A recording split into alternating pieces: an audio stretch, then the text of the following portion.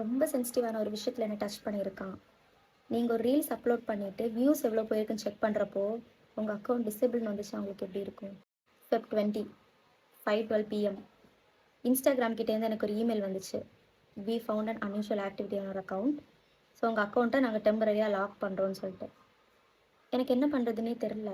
ஏன்னா 2.5 இயர்ஸாக கன்சிஸ்டண்ட்டாக வீடியோ போட்டு 11.5 ஃபாலோவர்ஸ் கெயின் பண்ணி வச்சுருக்க அக்கௌண்ட். ஃபைனில் செக் பண்ணி பார்த்தா என்னை ரிப்போர்ட் பண்ணியிருக்காங்க. எதுக்கு தெரியுமா?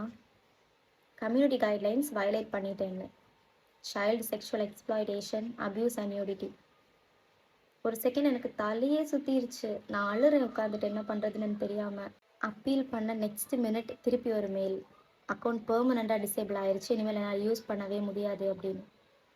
2.5 இயர்ஸ் ஆஃப் ஹார்ட் ஒர்க் ஒரு 2.5 செகண்ட்ஸில் போயிடுச்சு. But this is not the end.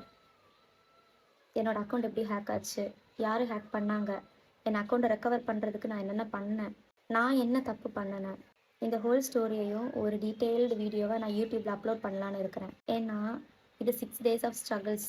ஒரு ரீல்ஸில் சொல்லவே முடியாது கண்டிப்பாக. என்னோடய அக்கௌண்ட் ஹேக் ஆனப்போ எனக்கு என்ன பண்ணுறதுனே தெரில, யார்கிட்ட ஹெல்ப் கேட்குறதுன்னு தெரில, ஒரு ஐடியாவுமே இல்லை. ஸோ நான் பண்ண மிஸ்டேக்கை நீங்கள் பண்ணாமல் இருக்கவும், இதுக்கு முன்னாடி இந்த மாதிரி ஆயிருந்தா என்ன பண்ணி அந்த அக்கௌண்ட்டை ரெக்கவர் பண்ணுறதுனே தெரியாமல் ஒரு அக்கௌண்ட்டை விட்டுருந்தீங்கனாலோ, do wait for my video.